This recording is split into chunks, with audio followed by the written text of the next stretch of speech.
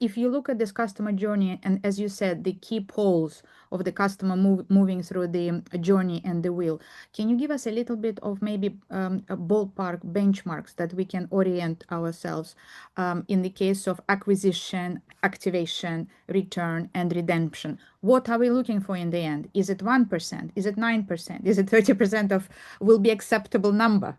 Yeah, no, this is a great question. So there's across the board, what we sort of saw across all those metrics is they're surprisingly low, right? So activation, for example, it's not uncommon to see activation rates between 10 and 20%, which means the vast majority of people, 80 to 90% of the customers are joining the program, but never having a transaction, right?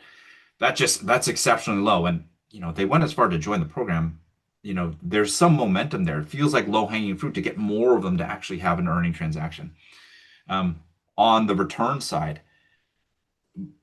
even the best loyalty programs, the return rate's only at 50%, right? For most, it's much, much lower, right? Which just means so many of the programs or of the customers are just not coming back. We can't assume activating a customer is sufficient, right? There's so much more work we need to do to drive them to actually keep coming back. And then on the redemption side, this is also remarkably low. We've seen it in some cases where the percentage of customers that redeem within 12 months of having their first earning transaction is, sub 1%, right? Which is exceptionally low. All of these being so low are problematic because, again, when we look at customer lifetime value and the impact of these specific behaviors on customer lifetime value, we see that customer lifetime value really increases whenever customers go through these inflection points.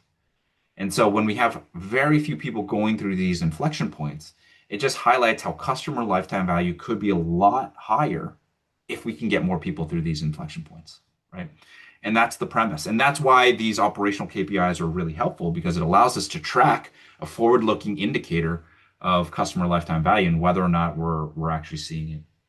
In the end of the first quarter 2026, what is the biggest signals that you are seeing from the trends right now, from the loyalty programs on the activation, on the redemption, where the challenges are?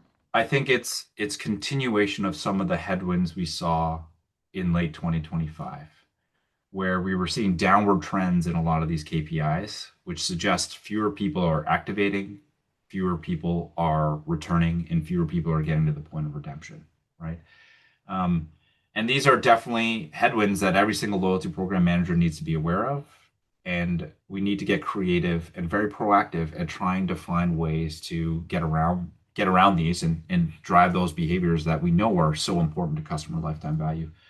The best programs that we see out there, what they are doing is they're being very, very scientific with leveraging their currency as an incentive mechanism to drive the behaviors that they want, right? Humans at the end of the day are actually, we're simple.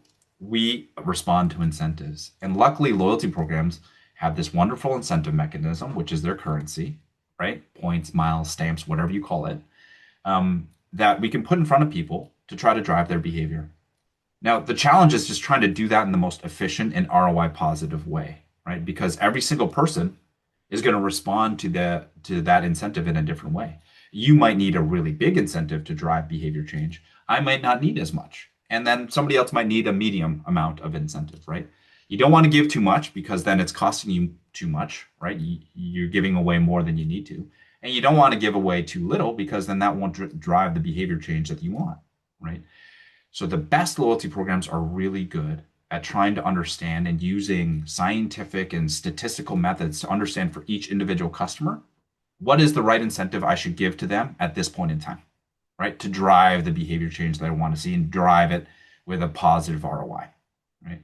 That is exceptionally difficult to do because you obviously need to be very good at data science and analytics, be very good at understanding redemption costs so that you can truly understand the ROI of giving these rewards. And so it's very difficult to do. And it's a big part of what we do for our customers is the analytics to help them understand how to optimize offers at the individual customer level to drive those behaviors. Len, and question on personalization. So we are seeing more and more airlines trying to personalize the offer on the level of multi-channel, omni-channel offering. What do you see within your clients? You know, how they are marrying their personalization strategy with your actuary approaches?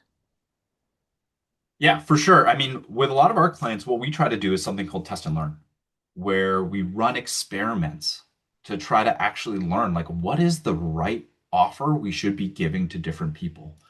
And if you design the experiment correctly, you can get a tremendous amount of learning to figure out, Anastasia, what offer do you need that's actually going to move the needle versus what offer do I need that's actually going to move the needle? And we can actually figure out what is the best offer that drives the best ROI. Once we get that learning, then next month when we deploy the offer, we're so much smarter. We'll have figured out all the offers that don't work, that provide negative ROI. We'll just stop doing that.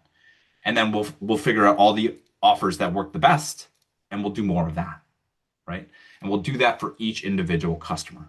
Figure out the most optimal offer that works for each one. And so the next month when we deploy that learning, we get a much better ROI. And the beauty of it is we keep experimenting and keep learning. So every month that goes by, it's sort of like this continuous improvement process, right? Where we get better and better and better. And I think that's the right path forward. Look, all these loyalty programs, they all have the data, right? It's all there, right? And it's just a matter of taking the analytical steps and putting the infrastructure in place to really unlock it to drive incremental value. As always, you know, you guys are doing fundamental work for the loyalty industry, and look forward to sit down with you again. Thanks for having me. Good to see you.